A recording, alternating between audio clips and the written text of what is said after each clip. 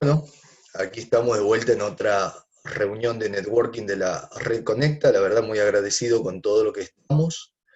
Eh, Antes que nada, de empezar a la reunión con nuestra invitada especial, Paulina Wenchuman. Creo que así se pronuncia tu apellido, ¿verdad, Paulina? Buen chumán, con acento en la A. Ah, bien, perfecto. La verdad, muy agradecido, Paulina. Paulina es una contadora que ella es de Chile. La verdad nos conocimos en un emprendimiento donde yo trabajaba antes y la verdad, Paulina, impecable el servicio que da. Antes de poder empezar, les digo a todos, yo les mandé por privado, voy por orden alfabético, hay gente que todavía no les mandé un link para que ahí entren y completen con sus datos personales. Eso me permite a mí armar automáticamente una base de datos de todos los miembros de la red, que después se lo voy a compartir a quienes completaron eso, para que cada uno pueda filtrar, segmentar y ver con quién hacer networking. Eh, bueno, acá también les voy a escribir en el chat cualquier cosa, el número de WhatsApp mío, el corporativo, si alguno no está en la red de negocio y está interesado, me manda un WhatsApp, se suma. Bueno, Paulina, todo tuyo. Bueno, como dice la presentación, mi nombre es Paulina Buenchumán, soy contador general y contador auditor.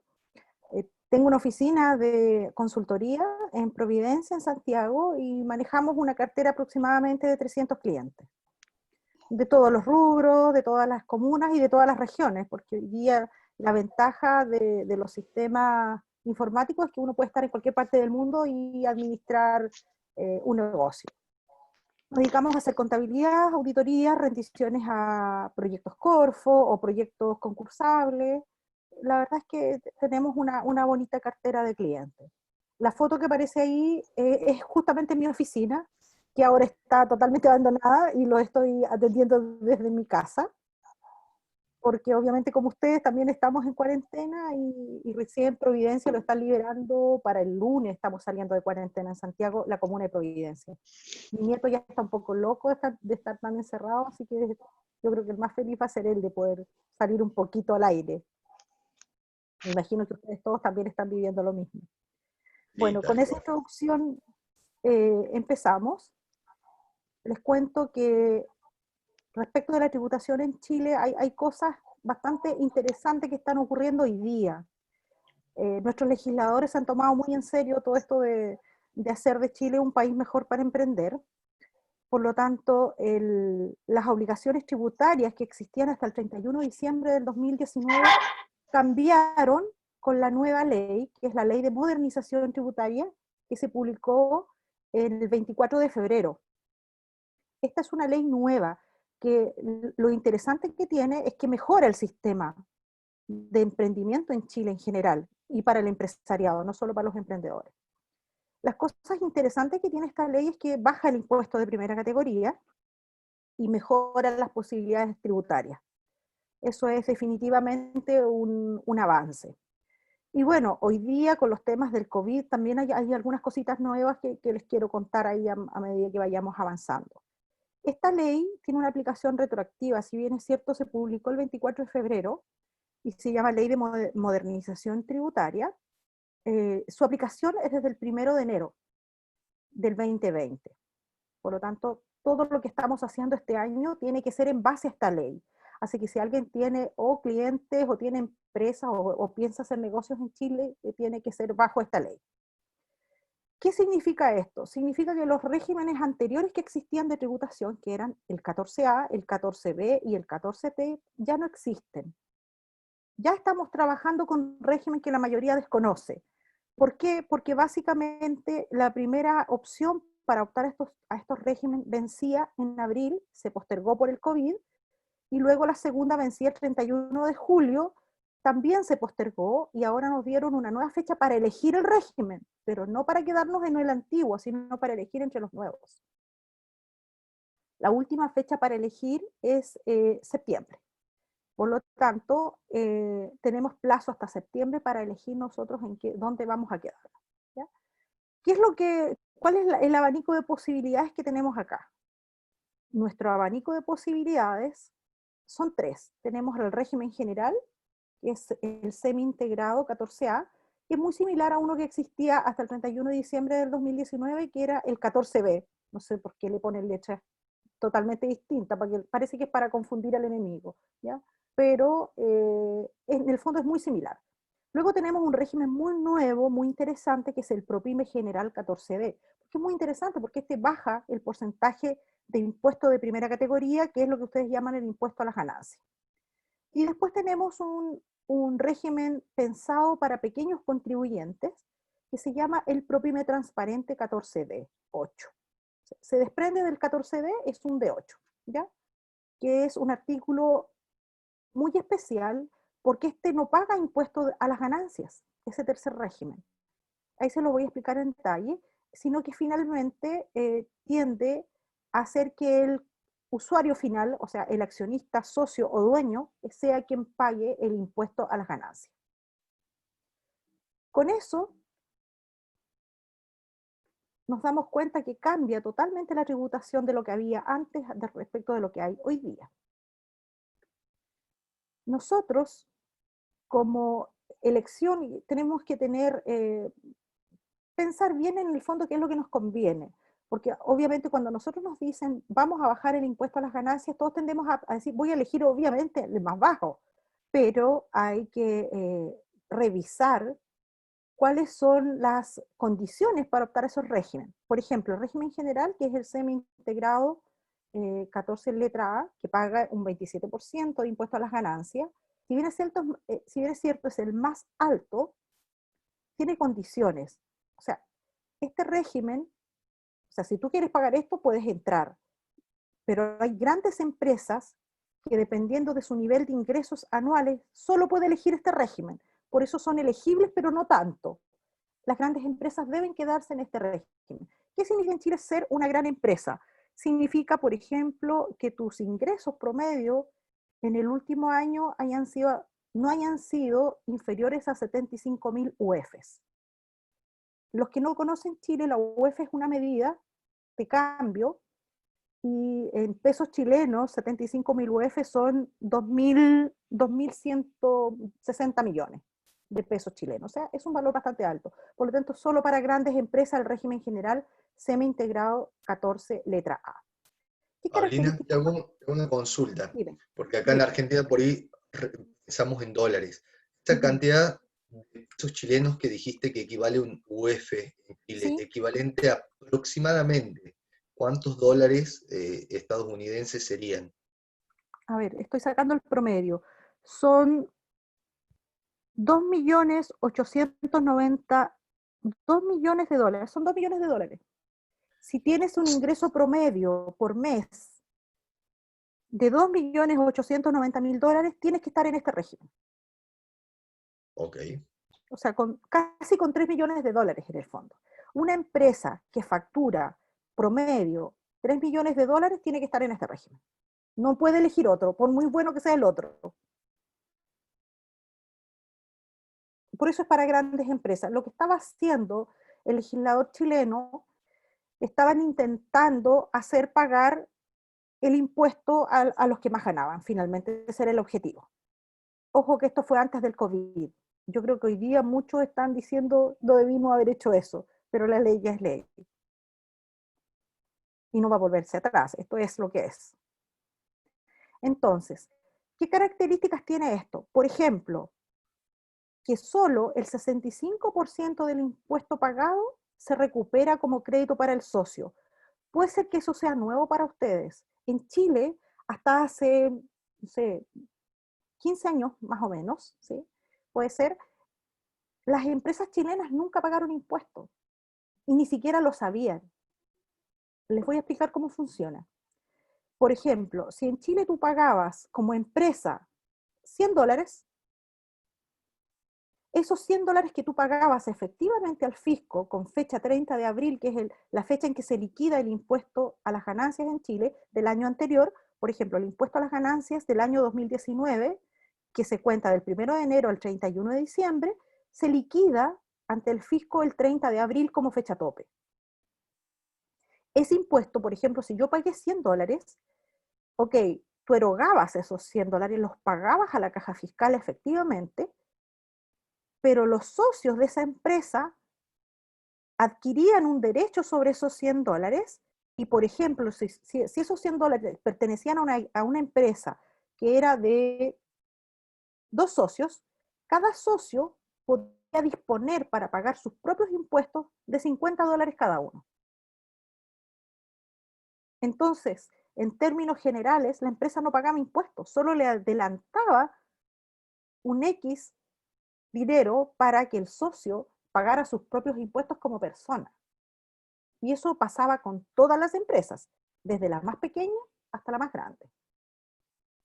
Incluso los accionistas de las sociedades anónimas abiertas, no sé, las petroleras, las mineras, que tienen socios anónimos, porque son sociedades anónimas, les llegaba un certificado que les decía, señor, usted puede disponer para pagar sus impuestos de $2, $5. Por lo tanto, Chile era casi un paraíso fiscal.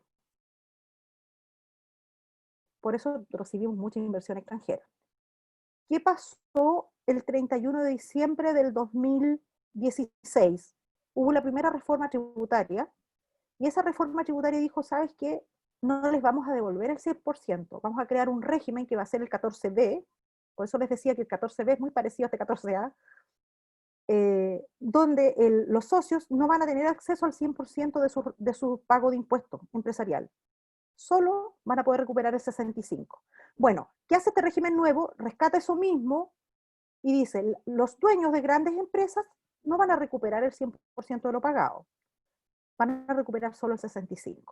Se queda el fisco con un 35%. Y eso es un costo que los otros sistemas no lo tienen. ¿Ya? Me tomé un tiempo importante ahí para explicarles cómo funcionaba eso, porque es interesante entenderlo. En palabras muy simples, este es el régimen más caro que tiene Chile hoy. Y es para grandes empresas.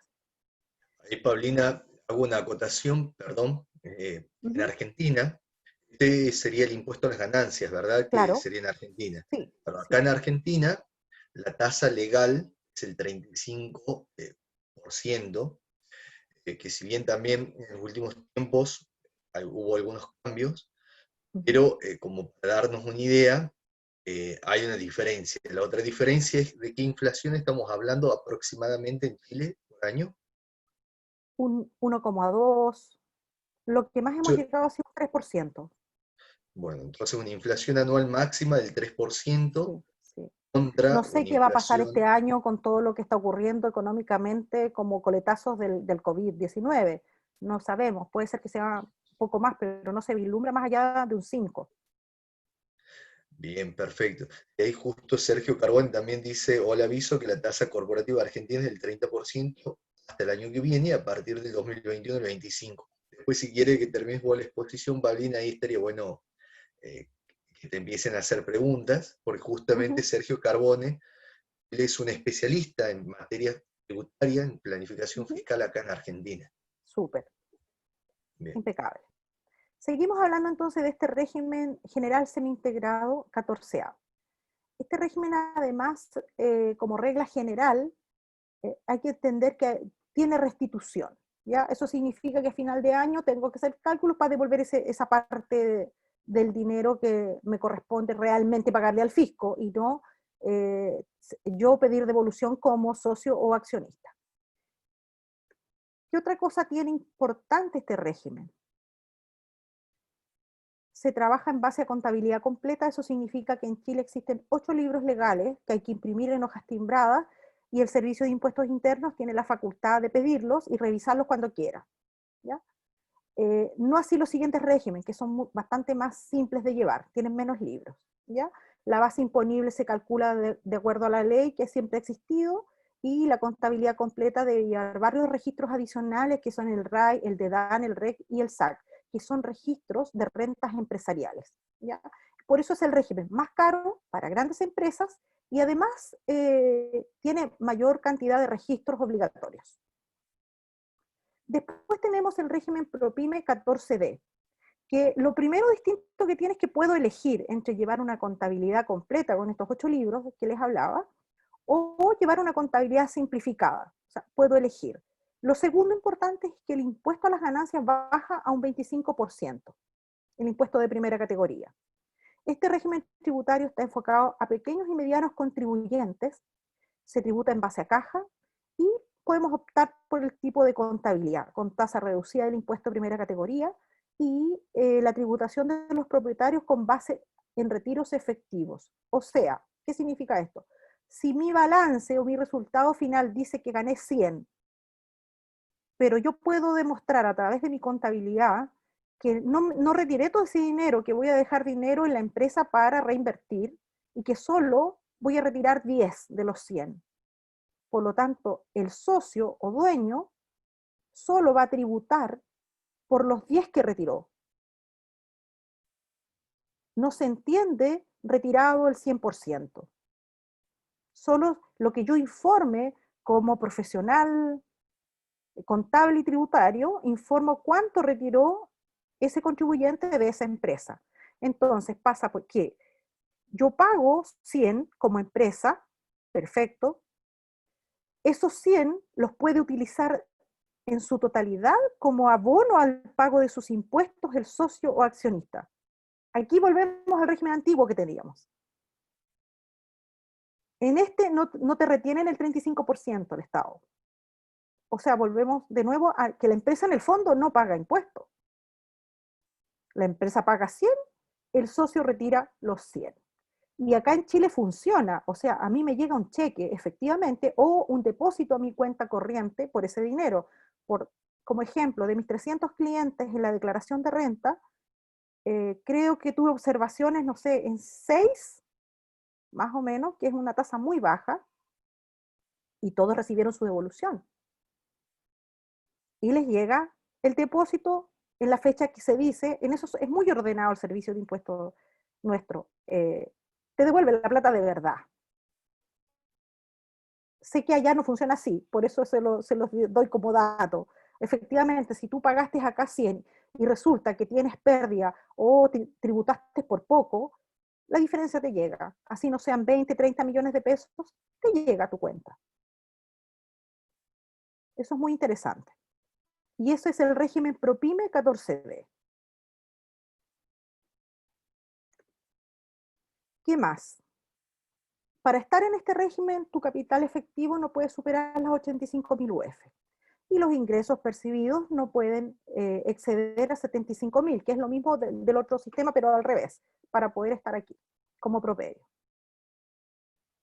Entonces, pero es un margen súper amplio, por lo tanto, puedes tener utilidades interesantes y aún estar en este régimen.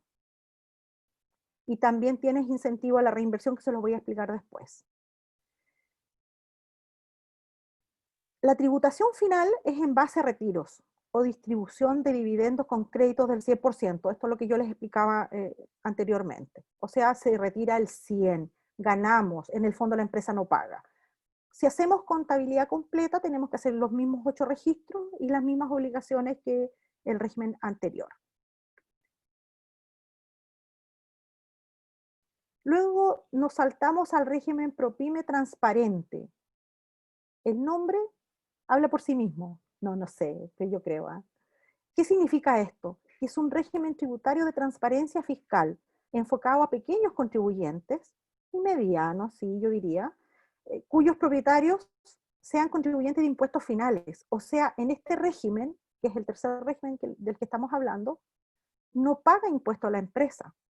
La empresa prepara sus estados contables, ya sea en base a caja, si quiere puede llevar contabilidad completa o si no, solamente un libro caja. Por lo tanto, la importancia de la contabilidad aquí es cero. Lo importante es que el libro caja esté correcto.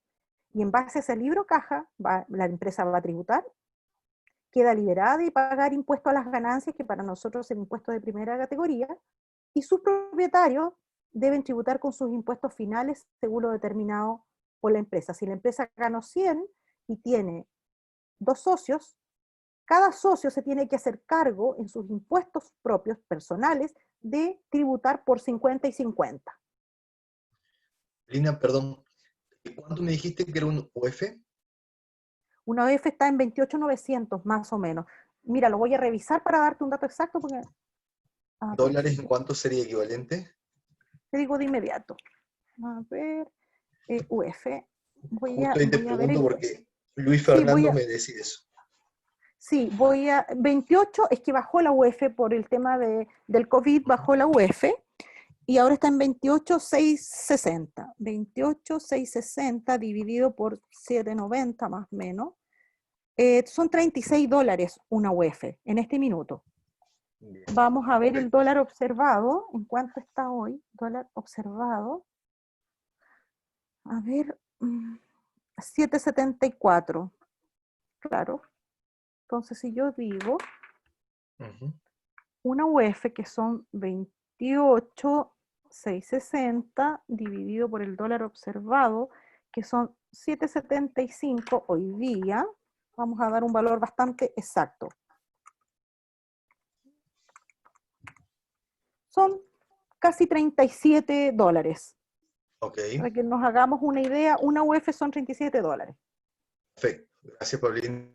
Ujú. Entonces, ¿para quién está pensado el régimen ProPyme transparente?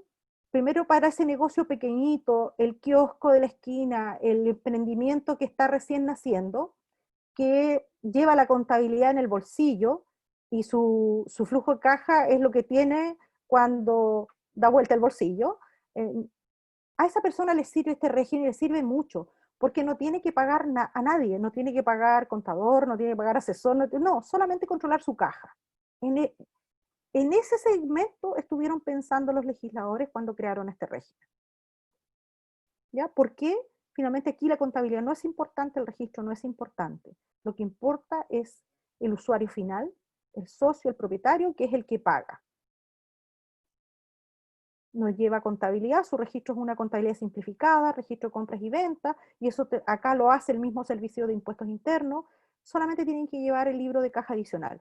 ¿Qué desventajas tiene esta tributación? Que si quieres trabajar realmente con la contabilidad no vas a poder hacerlo. Pero también si eres un emprendedor, donde lo único que quieres es no pagar o ahorrarte el máximo, te sirve como régimen para empezar un negocio. Las pymes acogidas a esta norma que obtengan ingresos superiores a 5.000 UF tienen que pasar al siguiente régimen. O sea, el sistema te va a votar igual, porque son para pequeñas empresas. Existe un incentivo a la inversión en esta ley. ¿Para qué regímenes opera este incentivo a la inversión? Para los 14A y los 14B número 8. Para los que están en la transparencia fiscal no opera, ¿ya? Sino para los regímenes que llevan contabilidad, en el fondo es eso. ¿Cuáles son las condiciones? Que los ingresos anuales no excedan a 100.000 UF el promedio de los últimos 3 años, y los ingresos de activo, todos aquellos que tienen activos financieros como acciones, derechos, no exceda el 20% del total de los ingresos.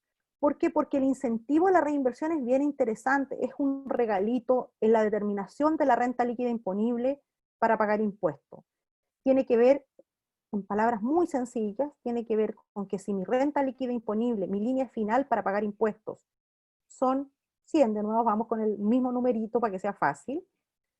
Si yo finalmente, después de hacer toda mi contabilidad anual, mi última línea, la base para pagar mi impuesto son 100, o mejor hagámoslo con 200, para que quede más claro. Mi base son 200, yo aplico el incentivo a la reinversión porque por ley me corresponde, entonces va a ocurrir que en vez de pagar 200 por 25%, en vez de pagar 50.000, yo puedo hacer uso de rebajar la mitad de mi base imponible, o sea, 100, tiene un tope, obviamente, ¿ya? Que son como 110 millones en Chile. Rebajo mi renta imponible solo por esta ley, por eso es importante que el contador que esté haciendo la renta líquida maneje muy bien la reforma, porque si no, no va a saber que esto existe, ¿ya?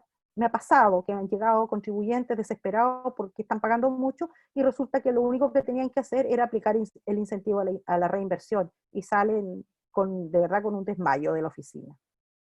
Entonces, si yo aplico el incentivo a la reinversión, voy a estar pagando impuestos no por 200, por 100. O sea, en vez de pagar 50, que pueden ser 50 millones, voy a pagar 25. Y no estoy haciendo nada fuera de la ley, solo estoy aplicando la ley. Ese artículo se puede aplicar en el 14A y en el 14D número 8, no en el de transparencia fiscal, porque por lógica no tiene contabilidad. ¿Cómo lo controlas? No tienes cómo. ¿Ya? ¿Qué más podemos aplicar en esos dos regímenes anteriores también? Que no, en el 14A solamente la depreciación acelerada, porque en el otro se va toda depreciación. 50% del valor del bien comprado antes del 1 del 10 del 2019. O sea, si compro, no sé, un camión, puedo tirar la mitad del camión a depreciación como costo efectivo tributario para ese año. Eso también por ley.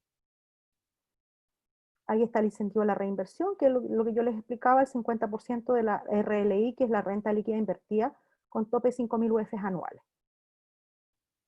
Me ayuda a pagar menos impuestos y ahora sí puedo ocuparlo. Se mantienen los regímenes existentes, aparte de estos tres, que es el de renta presunta y los contribuyentes no afectos al artículo 14 de la LIT, que eso quiere decir que las fundaciones, las asociaciones gremiales siguen funcionando igual que siempre. ¿Qué más? A ver, los segmentos, renta, tributación de la renta presunta, no creo que sea muy interesante. ¿Qué más podemos hablar de aquí? Los bienes raíces, tributación de los socios. Contribuyentes, estoy revisando qué más nos puede interesar Sí. de esta Ahí, propiedad. Paulina, Uh-huh, lo que uh-huh. entiendo, en Chile se fomenta mucho la reinversión de las empresas, dándole incentivos incluso a las pymes, por lo que veía, porque el primer régimen que mostraste con alícuota del 27 era para grandes empresas, después esta ya para las pymes, ya empieza un régimen diferente, Uh-huh. donde en principio tributa únicamente por el retiro de utilidades de los socios, ¿verdad? Sí, sí. Y baja el impuesto de primera categoría, que es el impuesto a la empresa, baja de un 27 a un 25 incluso. Y además lo puedo ocupar totalmente para que el socio o dueño pague sus propios impuestos. Claro, y a esto se suma un contexto macroeconómico con una tasa de inflación que va entre casi el 2% al 3% anual, contra, por ejemplo, nuestro país, Argentina, que anda con tasas del 50-53% anual.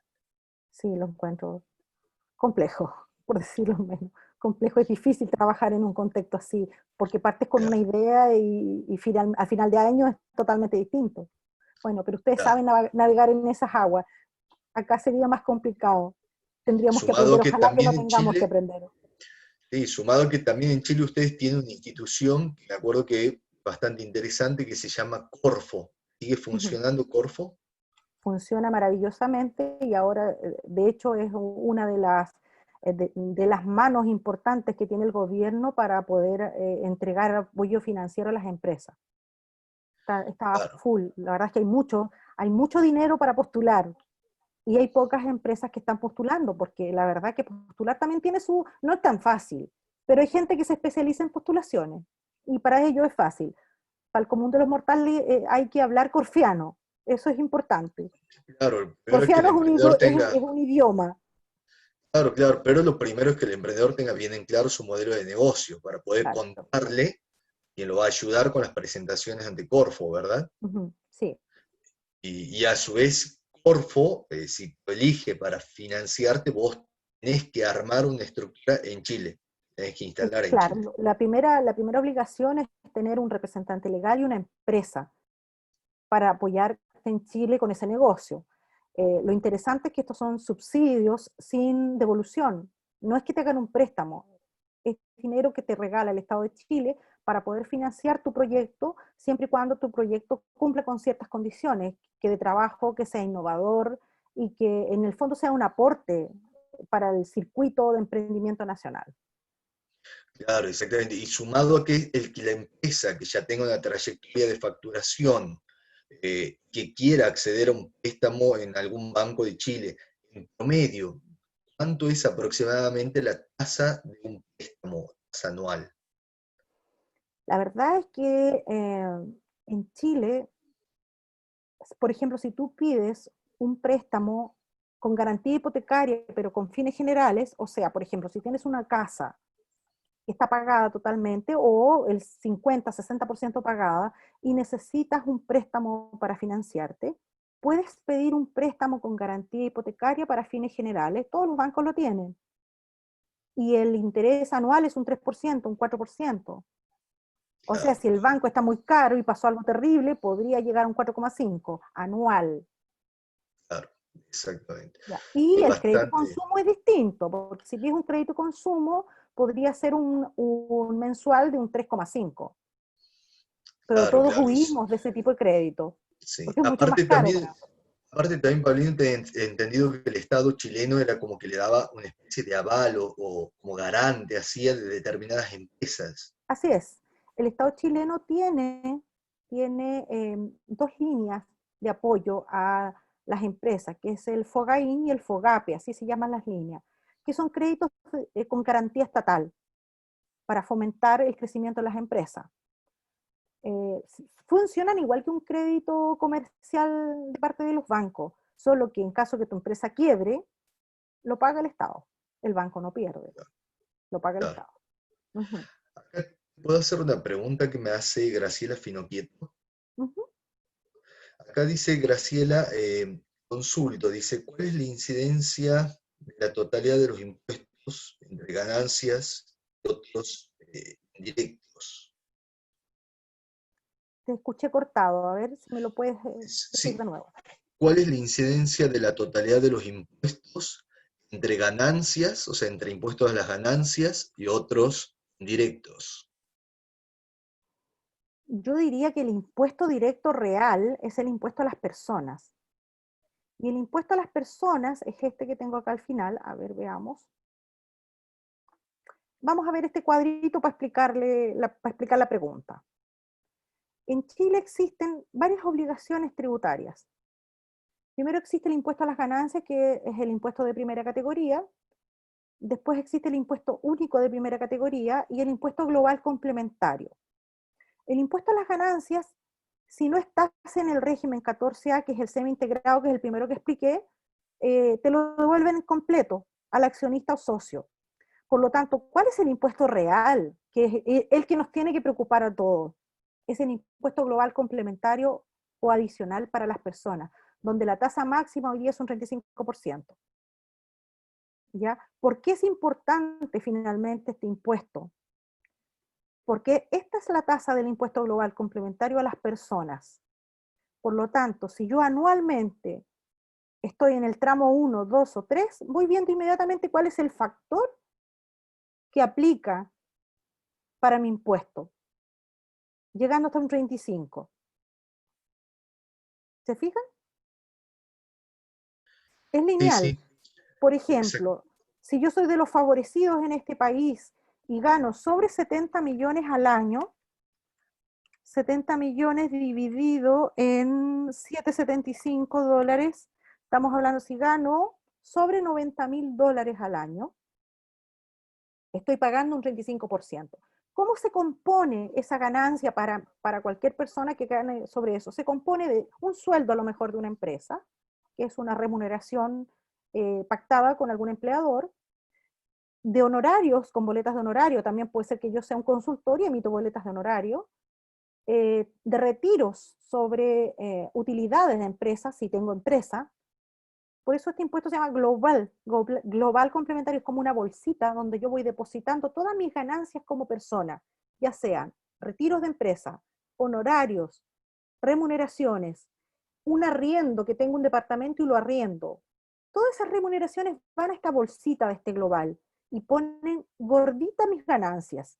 Entonces, cuando yo tenga esa suma total, a final de año, el 31 de diciembre, tengo que revisar en qué tramo de esta tabla estoy.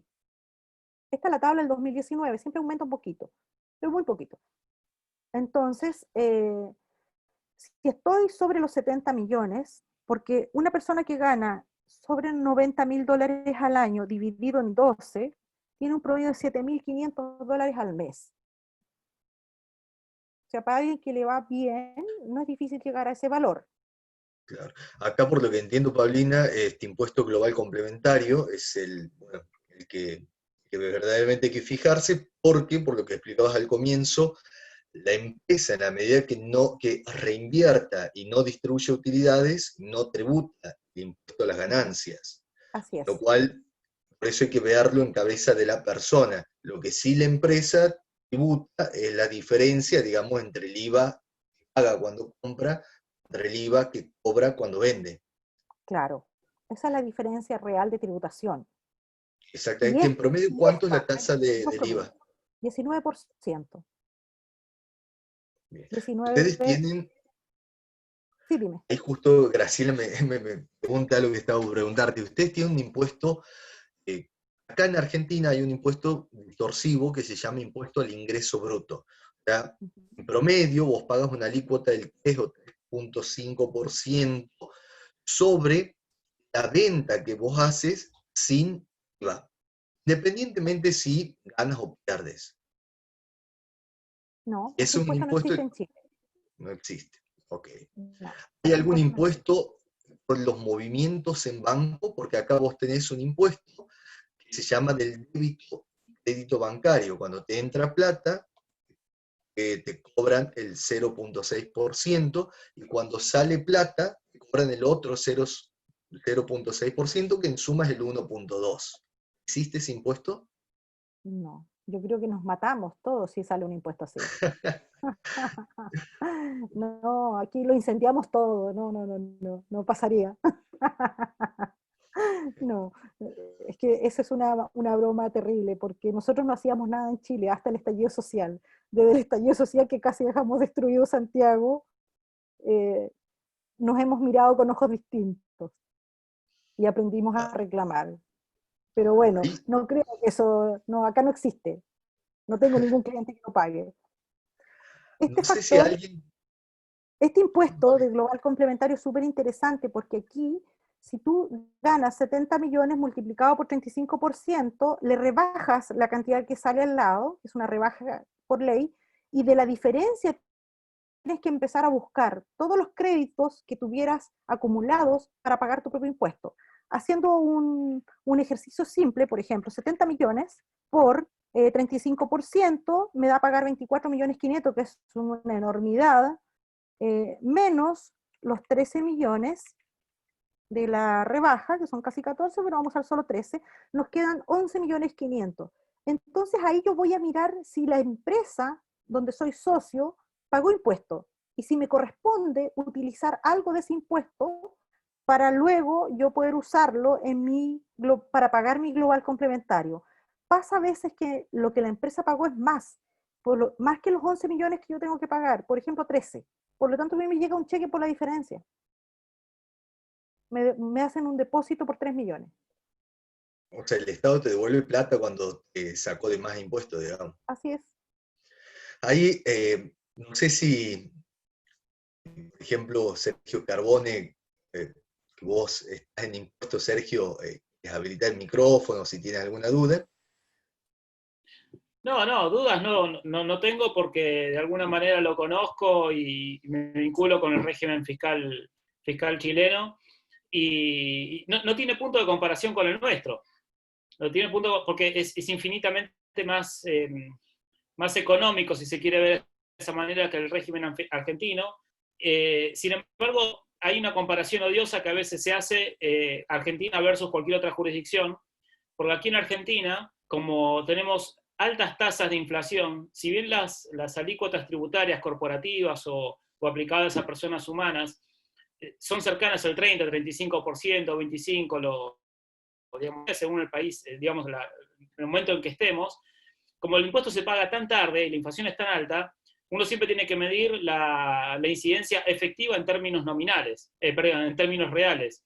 Entonces, acá en Argentina sucede algo que es tristísimo, que suben las alícuotas, se hace el régimen tributario cada vez más perverso, porque hay sobreposición de impuestos, pero en términos efectivos, en poder de compra, para el momento en que yo pago el impuesto, termino teniendo una alícuota tributaria a nivel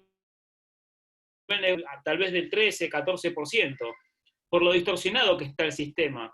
Y es muy difícil a veces verlo porque ni siquiera lo que es la contabilidad legal aquí en Argentina permite referir ese tipo de cálculo.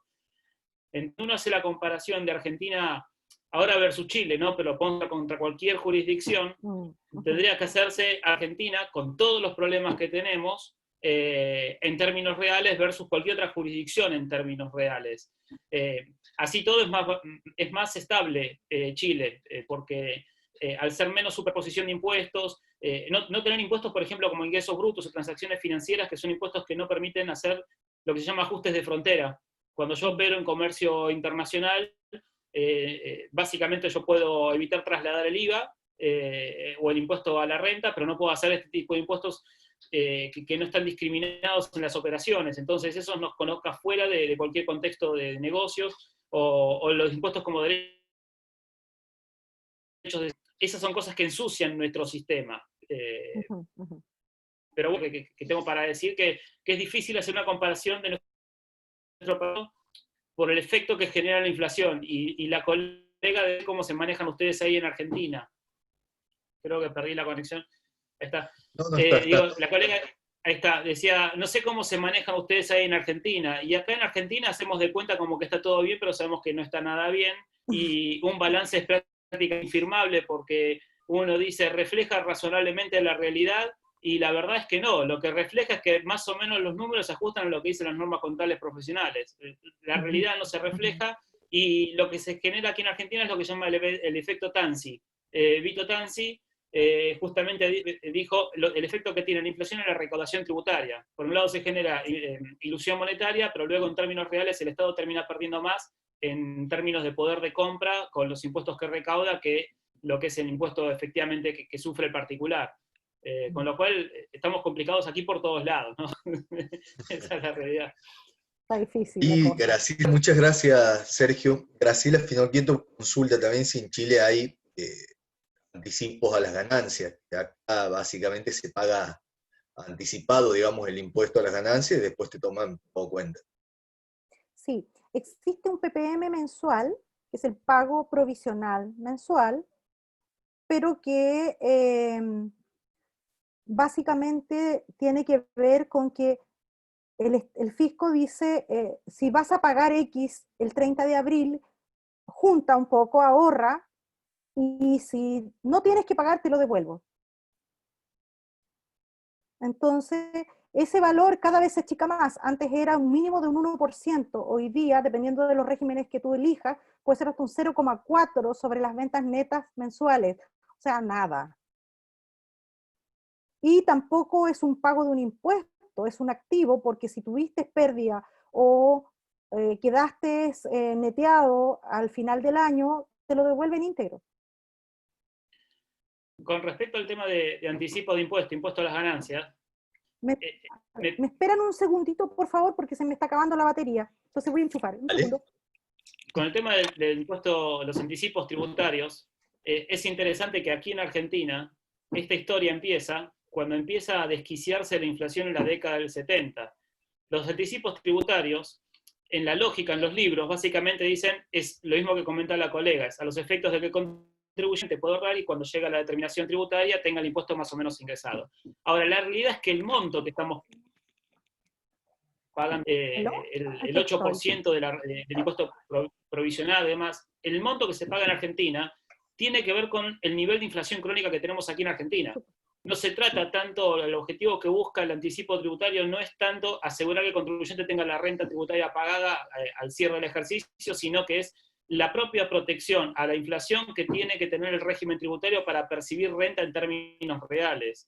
Ese es otro efecto perverso que tenemos en Argentina, producto de la inflación, ¿no? Que el monto de los anticipos es mucho más elevado que en cualquier otra jurisdicción. Una pregunta que yo le quería hacer a la colega es, el nivel de informalidad en Chile, yo concretamente trabajo en Chile, pero son muchas dedicadas a la economía digital. Entonces, en economía digital hay muy poca informalidad y las mecánicas de evasión tributaria pasan por planificación fiscal agresiva o esquemas de precios de transferencia agresivos. Pero no hay informalidad. Ahora, en el resto de la industria, en Chile, ¿cómo es la informalidad? Acá en Argentina es severa.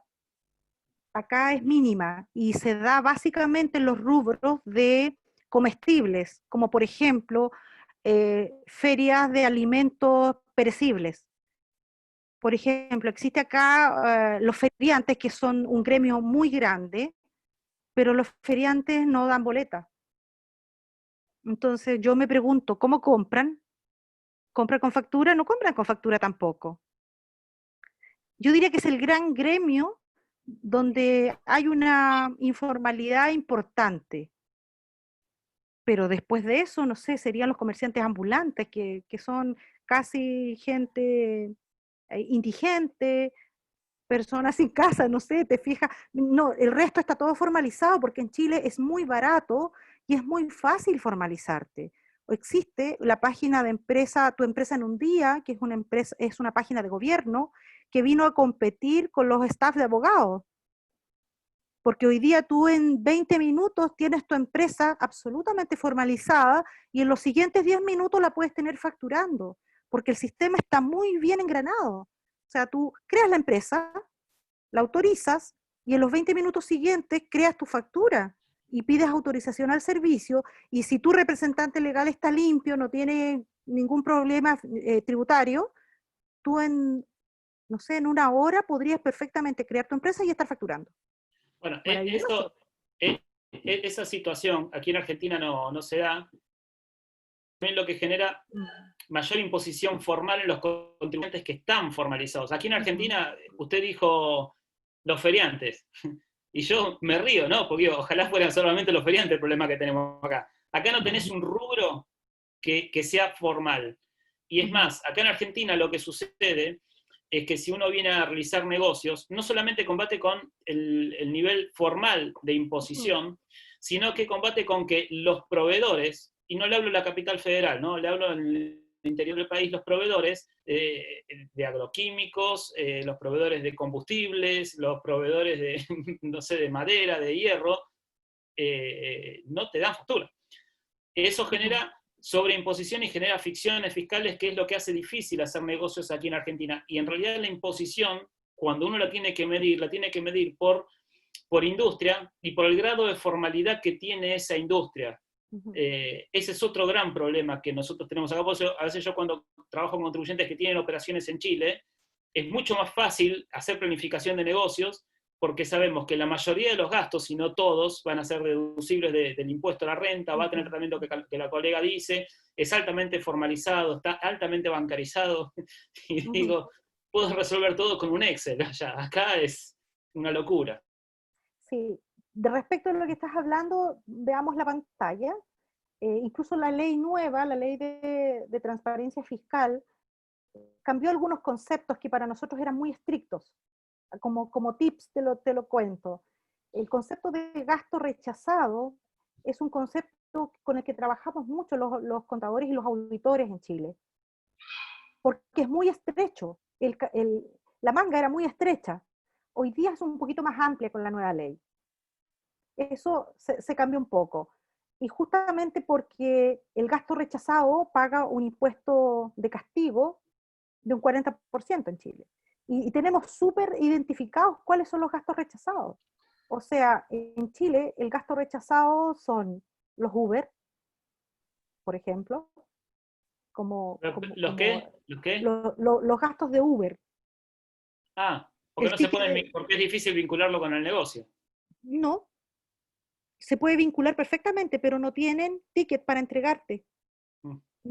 Que esté timbrado por el Servicio de Impuestos Internos. Aquí en Chile todo está timbrado por el Servicio de Impuestos Internos, y si no está timbrado no sirve. Y lo otro, que no puede, que ahí opera, digamos, el criterio de vincularlo con el negocio, son las cosas personales del socio, como alimentos para la casa, habitación, como el auto personal, ese tipo de cosas, obviamente son gastos rechazados. Pero en general son muy pocos, son muy fáciles de identificar en Chile el gasto rechazado. El resto, por alguna parte se cruza. Está muy ordenado en ese sentido.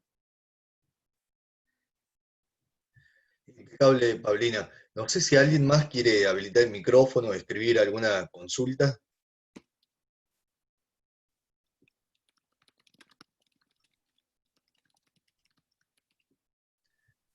Bueno, la verdad muy, muy claro, Paulina. Cualquier cosa. Pues también, o sea, Paulina está en la red, en el grupo de WhatsApp. Cualquier cosa después, cualquier interesado me consulta, o le puede consultar a Paulina. Eh, pero creo que fue bastante interesante cómo funciona el sistema tributario en Chile. Incluso también Paulina nos sacó una idea de cómo son las tasas de interés, la inflación en Chile, contra, por ejemplo, Argentina. La gran mayoría que estamos acá somos de Argentina, salvo Luis Fernando. Eh, bueno, es bastante interesante Chile. Paulina, no sé si ya para ir concluyendo, si podés comentar algo así básico para el que no conoce lo que es Corfo, por ejemplo. Sí, bueno, antes de eso también les quería que me cuenten un poquito, que le comenten a Gastón, si les parece que es un lenguaje adecuado, cómo se explican los conceptos, porque mi esfuerzo básicamente está en explicar para que el otro entienda que en un lenguaje bastante más cercano y no tan técnico, porque los contadores hablábamos como en otro idioma cuando hablábamos, y nadie entiende de qué estamos hablando. Por lo tanto, el esfuerzo está dado en conversar en un lenguaje muy cercano y que se entienda. A mí me interesa saber qué piensan ustedes después de esta conversación. Así que cuéntenme, ¿qué les parece? ¿Se entendió o era chino, mandarín? Acá Fabián me dijo muy claro, sí. Yo lo entendí, pero no soy parámetro. Porque tú eres del área, así que es medio mentiroso ahí la cosa. No sé si alguno se anima a habilitar el micrófono. Cuéntenos. Bueno, hola, ¿qué tal, Paulina? ¿Cómo te va? Mi nombre es Hola, Graciela. hola Graciela. Creo que ha sido sumamente claro, sobre todo de que no te olvides que venimos bastante entrenados en, en todo lo que es la presión fiscal. Entonces es fácil entenderlo, tal vez lo que hay que hacer es traducir a lo que es nuestro código interno, como estas cuestiones de anticipos a las ganancias, ingresos brutos y demás. Bueno, es la primera referencia que uno hace, pero ha sido muy claro por parte tuya y sobre todo cómo has seccionado para poder entender las diferentes formas de cobrar impuestos. No sé, me parece que está Súper, muy claro, por lo menos gracias.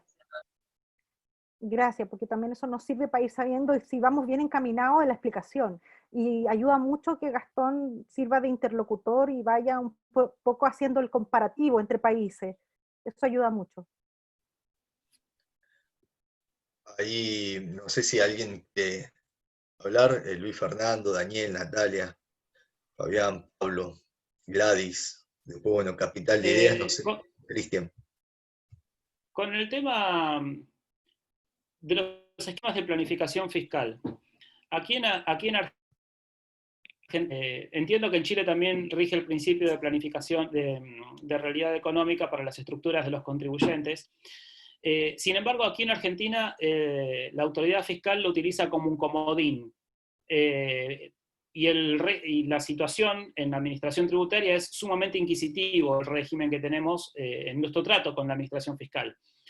Y aquí en Argentina cualquier esquema o estructura básicamente es entendida por la autoridad fiscal como agresiva y utilizan el comodín de la realidad económica para invertir la carga de la prueba. Con lo cual, un contribuyente que haga algo diferente de fabricar mesas o sillas, aquí automáticamente es tildado de delincuente y tiene que salir a probar su inocencia. Eso pasa cuando uno está trabajando con estructuras fiscales, a través de vehículos internacionales. Pasó hace muy poco tiempo con un usufructo, que a mi criterio está bien lo que hizo el Tribunal Fiscal de la Nación, que es en el antecedente Molinos contra Chile. Es una sociedad argentina con una sociedad plataforma chilena, seguramente lo tenía que haber comentado allá en Chile porque eso generó la derogación del tratado y, bueno, y la celebración de un nuevo tratado que es el que tenemos vigente, pero básicamente es hoy hacer negocios en Argentina con estructuras internacionales o con esquemas internacionales sumamente peligroso porque, como dije antes, el fisco lo ve mal. ¿Cómo es en Chile? ¿Existe esa tendencia del abuso de poder de parte de la autoridad fiscal? Fíjate que no es así. Ocurre que en el Servicio de Impuestos Internos, que es la autoridad fiscal, los que están frente a los escritorios son contadores auditores como yo y como todos los que estudiamos en la universidad de auditoría. Por lo tanto, el trato es muy normal, ameno. Obviamente, si ven que estás con la del bandido, entre comillas, y estás trampeando, el trato cambia. Pero en general es muy profesional el trato con la gente. No, no me he encontrado en estos 25 años de ejercicio de la profesión con gente así. Yo me imagino que debe existir. O yo tuve mucha suerte, o todos son muy profesionales para atender. Tiendo a pensar que son todos muy profesionales para atender, fíjate. Porque Sí, en el pero fondo tienen la misma formación nuestra.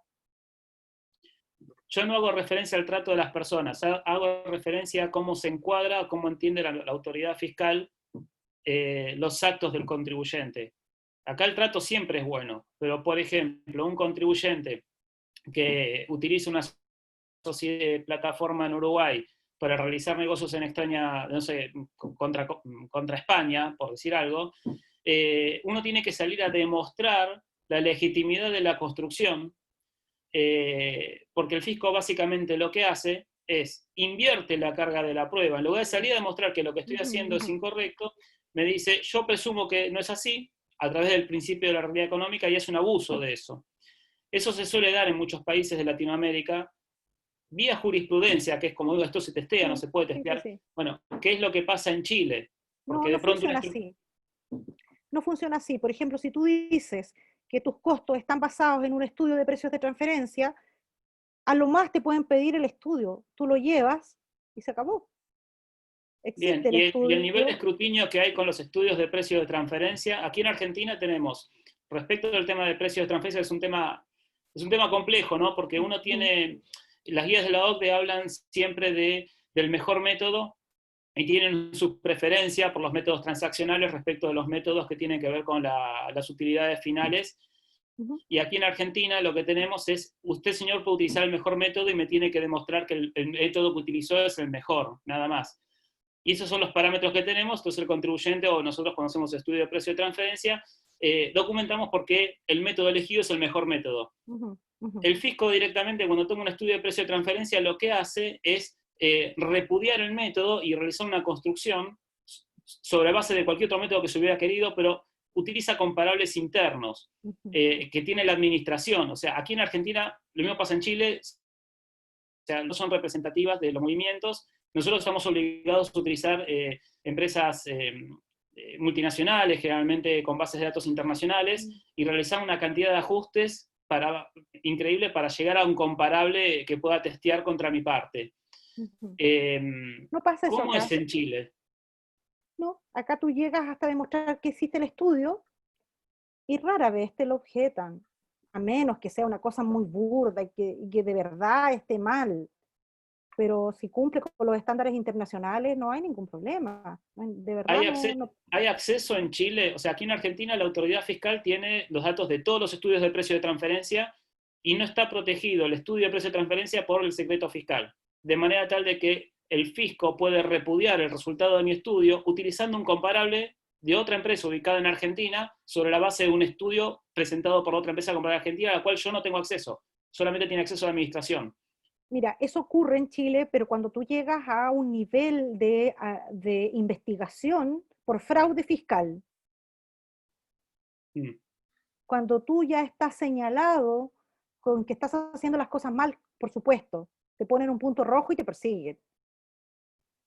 Sí, pero me parece que no me hice entender la pregunta. A ver, el tema, aquí en Argentina, con el tipo de estructuras que nosotros trabajamos y por lo como se maneja la administración, yo presento un estudio de precio de transferencia y selecciono los comparables.